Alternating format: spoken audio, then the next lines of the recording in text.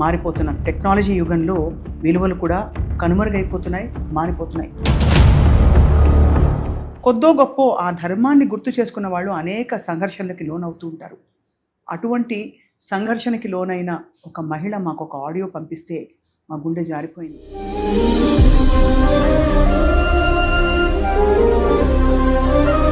ఆ ఆడియో వినగా నాకు ఇప్పటికీ గూస్ బంప్స్ వస్తున్నాయి, మనసు కరిగిపోతుంది. ఒకసారి చూద్దామా? 100%. బహుశా నాలాంటి ఆడపిల్లలకి ఇది తప్పదేమో. తల్లిదండ్రులను చూసుకోవాలని ఉన్నా చూసుకోలేని దుస్థితి.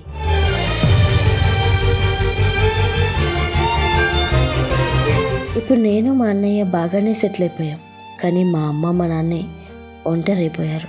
నాకేమో మా ఇంటికి వెళ్ళడానికి కూడా పర్మిషన్ లేదు.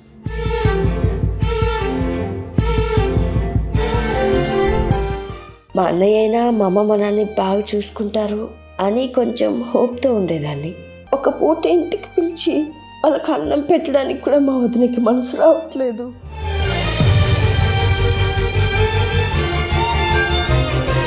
నేను మా అన్న బ్రతికుండి కూడా వాళ్ళని అనాథాశ్రమంకి పంపించాలా? మానవ విలువలు తెలిసిన ఒక అమ్మాయిని కన్నందుకు ఫస్ట్ ఆ తల్లిదండ్రులకు ఖచ్చితంగా మనము చేతులెత్తి నమస్కరించాల్సిన విషయం. ఆవిడ ఒక అడుగు వేసిందంటేనే ఆమె విన్నర్. ప్రేమ అనేది ముఖ్యం ఇక్కడ.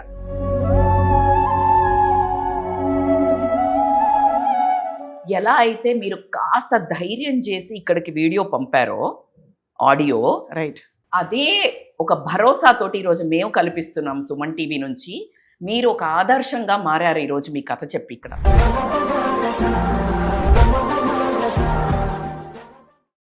అందరికీ నమస్కారం. సుమన్ టీవీ ప్రతిష్టాత్మకంగా సమర్పిస్తున్న ఫ్యామిలీ వాల్యూస్కి స్వాగతం. భారతదేశం చాలా గర్వంగా చాటి చెప్పేది మన నేల మీద ఉండే కుటుంబ విలువలు.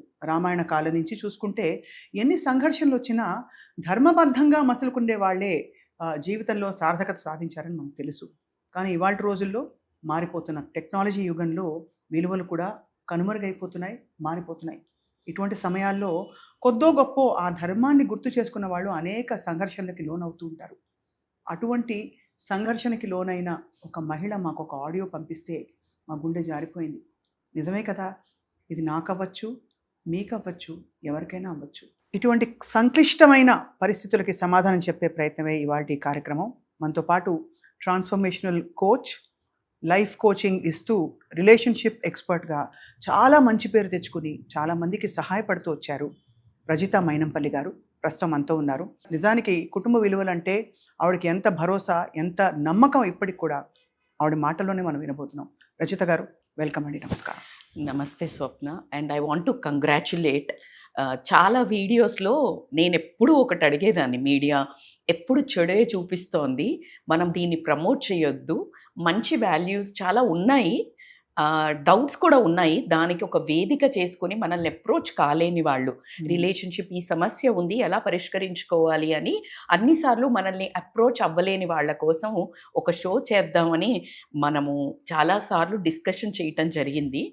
అండ్ ఇంటెన్షన్స్ రైట్ ఉన్నప్పుడు మేనిఫెస్టేషన్ అవుతుంది అన్నట్టు సుమన్ గారు అనుకోవడం, స్టోరీ రైటర్ కానీ వీళ్ళు ముందుకు తీసుకెళ్ళడం అనేది మరొకసారి నాకు మనిషి అనుకుంటే ఏదైనా నిజంగా ప్రకృతి మొత్తం, యూనివర్స్ మొత్తం అది నడిపిస్తుంది అనడానికి ఈ ఫ్యామిలీ వాల్యూస్ ఒక్క నిదర్శనము.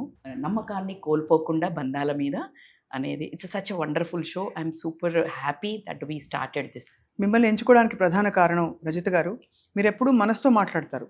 మనం ఏంటంటే ఇజమ్స్లోకి వెళ్ళిపోతే కొన్ని కఠోరమైన విషయాలు కనిపిస్తాయి. అలాగే సమర్థింపులు తప్పు రైటు అని వెళ్ళిపోతే మనసుతో ఆలోచించినప్పుడు సరైన పరిష్కారం వస్తుందని నమ్మే వ్యక్తి కాబట్టి మీ గతంలో మీరు చేసిన అనేక వీడియోస్ కావచ్చు, మీ ఫిలాసఫీ, మీ సోషల్ మీడియాలో మేము చూడడం అన్నీ చూసి మీరైతేనే పర్ఫెక్ట్ సమాధానం, పరిష్కారం చెప్తారనుకున్నాం రజిత గారు. Thank you and gratitude to the divine and you. Thank you అండి. We also feel like wise. So ఈ విషయం చూస్తే ఆ ఆడియో వినగా నాకు ఇప్పటికీ గూస్ బంప్స్ వస్తున్నాయి, మనసు కరిగిపోతుంది. ప్రతి ఆడపిల్ల ఫీల్ అయ్యేదే ఇది అని. ఒకసారి చూద్దామా? 100%.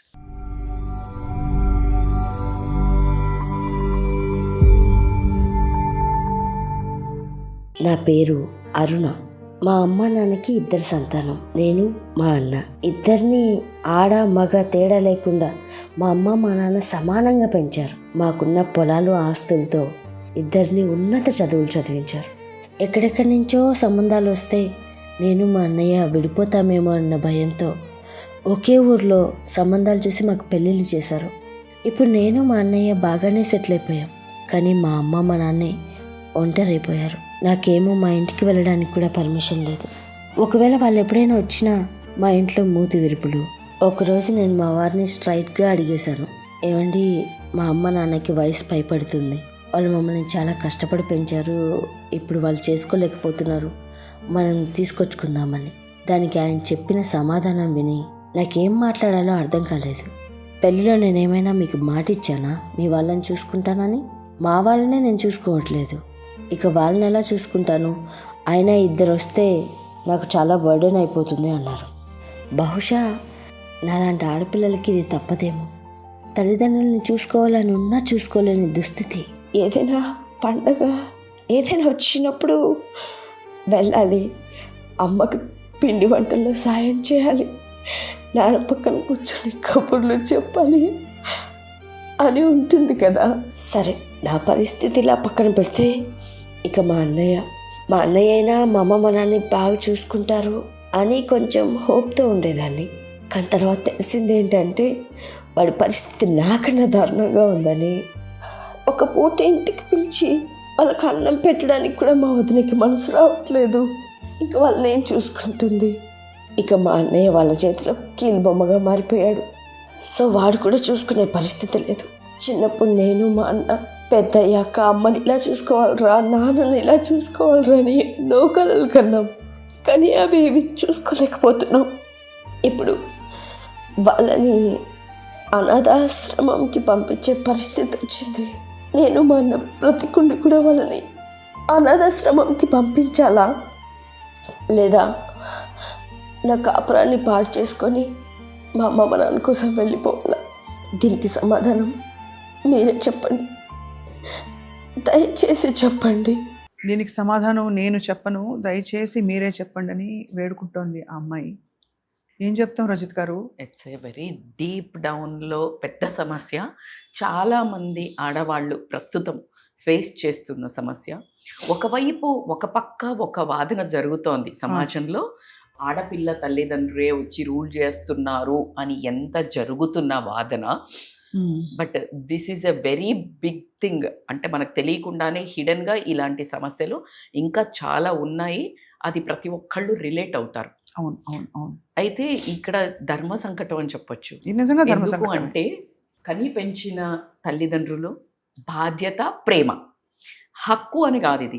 ఖచ్చితంగా ప్రేమతో కూడిన ఆడపిల్లకి విపరీతంగా, అంటే ఎలా అంటే లేదు మన వాళ్ళు కాదు అన్నప్పుడు ఎక్కువ గుంజుతుంది. అవును. వద్దు అన్నది లేదు అన్నది అన్నట్టు మనం వదిలేసి వస్తాం కాబట్టి దాని వైపు మనస్సు లాంగింగ్ అవ్వడం అనేది సహజం.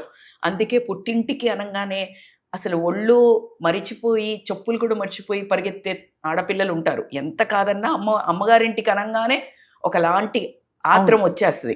నువ్వు ఎంత కంటిన్యూస్గా పోయినా అక్కడ వెళ్ళే రిలాక్సేషన్ వేరు, ఆ అన్కండిషనల్ ప్రేమ వేరు. అంతే. But when it comes to the ఈ అత్తగారింటిది, ఇక్కడ చూడండి ఆమె ధర్మ సంకటము.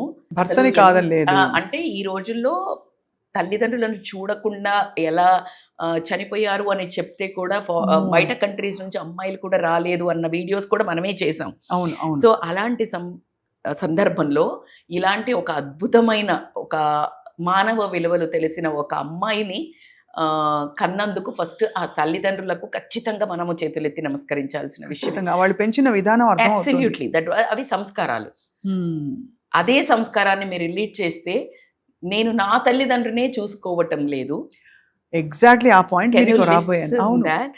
అన్నప్పుడు అసలు ఆ మనిషి దగ్గర నుంచి ఈమె ఏం ఎక్స్పెక్ట్ చేస్తుంది? కానీ ఆ బంధం అయితే తెగిపోదు కదా. ఈ ఆరాటము ఒకటి ఈమె చేయలేకపోతుంది. కనీసం వెళ్ళి ఇప్పుడు 100% అండి, అంటే నా అదృష్టం అని చెప్తాను ఈ విషయంలో. నా భర్తకి కానీ నా భర్త తరపు వాళ్ళు ఉన్న కుటుంబీకులకు కానీ నేను ఖచ్చితంగా ఇక్కడ మనం గ్రాటిట్యూడ్ చెప్పుకోవాల్సింది. అంటే అలా వచ్చింది, అది గ్రాటిట్యూడ్ చెప్పాల్సిన అవసరం కూడా లేదు, అది మినిమం బాధ్యత. కానీ ఎలా వచ్చింది అంటే ఐ షుడ్ అప్రిషియేట్ అని చెప్పాలి. అవును. మా ఇంట్లో మాత్రం నో డిఫరెన్స్, నో నో ఏ విధమైన వాళ్ళ అమ్మ కష్టం నాన్న ఉండదు. ఎలాగో మా అమ్మ నాన్న అలాగే. Hmm. సో ఇంకా నేనన్నా ఎప్పుడైనా వస్తా అంటే ఎందుకు ఇది వాళ్ళిల్లేగా అనే ఒక సందర్భం అయితే ఉంది. కాబట్టి నేను నిజంగా కూడా ఐఎమ్ వెరీ లక్కీ అని నేను చెప్తున్నాను. But at the same time ఈ పెయిన్ నాకు ఆమె మాట్లాడుతున్నప్పుడు లిటరల్లీ చాలా హృదయ విదారకంగా అనిపించింది. అంటే ఎన్నోసార్లు భర్తతో ఈ విషయం మాట్లాడి తను విసిగిపోయిన అలసిపోయి ఉంటది, అలసిపోయిన అది తెలిసిపోయింది. సొల్యూషన్ దొరకట్లా. నేను ఐఎమ్ గివింగ్ అప్, ఏదో ఒకటి దీనికి ఏంటి కరెక్టో తెలియట్లేదు. అండ్ ఇక్కడ భర్తకి ఒక చిన్న వార్నింగ్ కూడా వచ్చింది. ఏంటంటే నేను ఏ రోల్ పాటించాలి అని ఆమె ఆ సమస్యను తీసుకొని బయటకు వచ్చింది. అంటే it's high time, high alert, and it is not a correct thing. అవును. ఎప్పుడైతే భర్త అనే వ్యక్తి ఎవరు అంటే నాకు ఏ పెయిన్ ఉన్నా, నాకు ఏ మంచి అనిపించినా చెడు అనిపించినా నేను మీతో చెప్తాను, మీరు నాకు హెల్ప్ చేయాలి అనే వ్యక్తి ఈరోజు నువ్వు నీ తల్లిదండ్రుల దగ్గరికి వెళ్ళకు అని చెప్తున్నాడంటే మా అమ్మ నాన్ననే నేను అదేదో చూడట్లేదు. ఘనంగా గొప్పగా చెప్తున్నాడు. ఆ, అంటే అది నేనేదో గ్రేట్, నేను equal to the both of you, అంటే నేను వీళ్ళకి వాళ్ళకి సమానంగా చేస్తున్నా ఆ అంటున్నాను. నిర్లక్ష్యం విషయం. ఏది నిర్లక్ష్యం కూడా. అవును. కానీ ప్రతి మనిషి ఇక్కడ అబ్జర్వ్ చేయాల్సింది ఏంటంటే భర్త అంటే నా భార్యను మాత్రమే, నా పిల్లల్ని ఈ జీవితాన్ని చూసుకోవాలి. Is defining by his role. Hmm. ఒక భర్తలాగే ఉంటున్నాడు, Hmm. కొడుకు బాధ్యత నిర్వర్తిస్తలేదు. అన్నిటికంటే ముఖ్యం ఇందులో నేను మాట్లాడదలుచుకుంది ఏంటంటే ప్రతి మనిషి వాళ్ళ రోల్స్, ఈ కొడుకు కూతురు భార్య భర్త ఎంప్లాయీ డాక్టర్ ఇంజనీర్ వీటిలో ప్లే చేస్తుండు. అసలు మరిచిపోయిన ప్రాబ్లం ఏంటంటే ఒక మనిషి అని, మానవత్వము, ఒక మనిషి, హ్యూమన్ అనే ఒక వాల్యూస్ని మర్చిపోవడము ఇక్కడ అర్థం చేసుకోవాల్సిన ఈ విషయం. రోల్స్ లో వచ్చేసి మనము వాస్ట్గా అవుట్ మొత్తం కనుక చూసినట్టయితే పర్సెప్షన్ని హ్యూమన్ వాల్యూస్ అనేది పోతున్నాయి. హ్యూమన్ వాల్యూస్ పోయినప్పుడు ఇప్పుడు ఇక్కడ కూతురేమో అల్లాడిపోతుంది, అవును, భర్త అసలు తన సొంత తల్లిదండ్రులనే దిక్కులేదు, ఇంకా అత్త మామను ఆలోచించే ప్రసక్తే లేదు. అయితే ఇక్కడ ఈమె బాధ ఏంటంటే ఈమెని చూడనివ్వట్లేదు, అటు కొడుకు కోడలు కాస్త చూసుకున్నా ఈమెకి కాస్త ఆ మనసు కుదుటగా ఉండేది. అవును. అంటే అప్పుడు వాళ్ళు ప్రాథమిక బాధ్యత ఒకళ్ళు వహించినా లేదు, ఇద్దరు కలిసి సమానంగా పంచుకున్నా బాగుండేది, ఉండేది. అవును. కానీ ఆ రెండు జరగకపోయేసరికి ఈమెలో ఒక మానవత్వం ఎక్కువ ఉండడం, కూతురిగా ఎక్కువ బాధ్యత అనేది ప్రేమతో తీసుకోవడం అనేది నిజంగా మనం అభినందించదగ్గ విషయం ఇందులో. కరెక్ట్. కానీ మరి ఈ క్లిష్టమైన సమస్యకి మనకి చాలా ఇళ్లలో, రజితగా నేను చూశాను, పేరెంట్స్ని ఓల్డ్ ఏజ్ హోమ్లో, అంటే ఇక్కడ కూడా అనాథాశ్రమం అంది మనకి కఠోరంగా ఉంది వినడానికి. మనం పాష్గా దాన్ని ఓల్డ్ ఏజ్ హోమ్ అని పెడతాం. ఇక్కడ ఎన్ని ఓల్డ్ ఏజ్ హోమ్స్ ఉన్నాయి, నర్సింగ్ కేర్తో పాటు. నేను వర్క్ వెళ్ళిపోతాను, ఇద్దరం వర్క్ వెళ్ళిపోతాము, కొడుకులు కూడా చెప్పి ఇది మేము ఉన్నప్పుడు లేనప్పుడు వాళ్ళకి ఏమైనా ప్రాబ్లం వస్తే ఎలాగా, బెటర్ మేము నెలకు 50,000 1,00,000 కట్టేసి ఆ రూమ్ ఉంది, నర్సెస్ ఉంటారు, రోజు పొద్దున వాకింగ్ తీసుకెళ్తారు, అన్నం పెడతారు, తప్పే ఉంది తక్కువ ఏందని అడుగుతారు. ఎవరైతే భర్తలు ఇలాంటివి అత్త మామను అమ్మా నాన్న అనుకోకుండా వాళ్ళ అమ్మా నాన్ననే అసలు పట్టించుకోవట్లేదని చాలా గర్వంగా చెప్తున్న వాళ్ళకి రూట్స్ అనేది ఎక్కడి నుంచి వచ్చాయి అనేది ఫస్ట్ ఆలోచించడం అనేది ఇంపార్టెంట్. అవును. సో ఇందులో కూతురికి ఇప్పుడు ఆ అమ్మాయికి చెప్పదగ్గది ఏంటంటే మీరు ఖచ్చితంగా కూర్చొని కమ్యూనికేట్ చేయాలి. It is a high time. ఎలా అయితే మీరు కాస్త ధైర్యం చేసి ఇక్కడికి వీడియో పంపారో, ఆడియో, రైట్, అదే ఒక భరోసాతోటి ఈరోజు మేము కల్పిస్తున్నాం సుమన్ టీవీ నుంచి. మీరు ఒక ఆదర్శంగా మారారు ఈరోజు మీ కథ చెప్పి. ఇక్కడ అది ఆవిడ ఒక అడుగు వేసిందంటేనే ఆమె విన్నర్. ఆ తల్లిదండ్రికి బోలెడంత మనశ్శాంతి అయితే దొరికి ఉంటుంది. ఎందుకంటే ప్రేమ అనేదే ముఖ్యం ఇక్కడ. నువ్వు డబ్బు ఏం పెడుతున్నావు, నువ్వేం చూస్తున్నావు అనేది ఇప్పుడున్న తల్లిదండ్రులకు అవసరం లే. నీ క్వాలిటీ టైం అనేది చాలా ఇంపార్టెంట్. ఒక ఫోన్ అదేది ఇంపార్టెంట్. తిన్నావా అని అడిగేదే లేక అల్లాడిపోతున్నారు తల్లిదండ్రులు. సో ఇక్కడ ఈమె తెలుసుకోవాల్సింది ఏంటంటే భర్తకి కూర్చోబెట్టి కమ్యూనికేట్ చెయ్యాలి. నేను నా బాధ్యతలను ఎటువంటి విస్మరించను, కానీ అలాగే నా తల్లిదండ్రులు నన్ను కన్నందుకు నేను ఆ రూట్స్ను మాత్రం మర్చిపోను. ఈరోజు నేను ఆ రూట్స్ మర్చిపోయినట్టయితే నా పిల్లలకు నేను ఏమి నేర్పిస్తున్నాను, వాల్యూస్. మీరు పిల్లల వైపు డైవర్ట్ చేయండి. ఇదే సంస్కారం నేను గనక ఇచ్చినట్టయితే రేపు ప్రొద్దున మన పిల్లలు ఇదే చేస్తారు. అది ఇదే సంస్కారం మనం నేర్పించలేము కదా అనేది మీరు ఖచ్చితంగా కళ్ళకు కట్టినట్టు ప్రేమతో గొడవ పడితే జరిగేవి ఇవి విచారం అయితే అవ్వవండి. మంచిగా చెప్పాలి. మంచిగా ఎందుకంటే చాలా ఆ బాధ్యత భార్యపై ఉంటుంది. మన Absolutely. ధర్మంలో కూడా మన Absolutely. ఎక్కడ ఏ ధర్మం అయినా సరే, ముఖ్యంగా మన ధర్మంలో Absolutely. భర్త తప్పటడుగు వేస్తుంటే సున్నితంగా చెప్పి సరిదిద్దవలసిన బాధ్యత భార్యకు ఉంటుంది. 100%. And తన తల్లిదండ్రులు చూడకపోవడం అంతకంటే ఒక నిజంగా దౌర్భాగ్యం అని చెప్పాలి. చాలా దౌర్భాగ్యము. అది. అయితే నువ్వు తప్పు అని చెప్పటము ప్రపంచంలో ఏ మనిషి తీసుకోడు. అవును. నువ్వు తప్పు. సో యాజ్ ఎ సైకాలజీలో జనరల్గా ఎప్పుడు కానీ కమ్యూనికేట్ చేసేటప్పుడు వాడాల్సింది ఏంటంటే, నేను హర్ట్ అవుతున్నాను, మన పిల్లలు రాంగ్ ట్రాక్లోకి వెళ్తారు, వాల్యూస్ నేర్పించలేకపోతున్నాము, ఈ రోజు నువ్వు సైలెంట్ లెర్నింగ్ ఏం చేస్తున్నారంటే ఇలా చెయ్యొచ్చు. అది మినిమం అది బాధ్యత అని నేను గన్ను పెట్టి చెప్పట్లేదు. ఎందుకంటే ఈ మధ్య చాలామంది కొంతమంది ఫిలాసఫర్స్ మాట్లాడుతున్నారు, కన్నంత మాత్రాన వాళ్ళు చూడాలా, మీరబడి రాక్షసుల్లా తింటున్నారు, తల్లిదండ్రులను కాస్త గట్టిగా కటువుగా మాట్లాడే వాళ్ళ షోస్ కూడా నేను వినడం జరిగింది. ఇట్స్ నాట్ బాధ్యత, మనది హక్కు కూడా కాదు.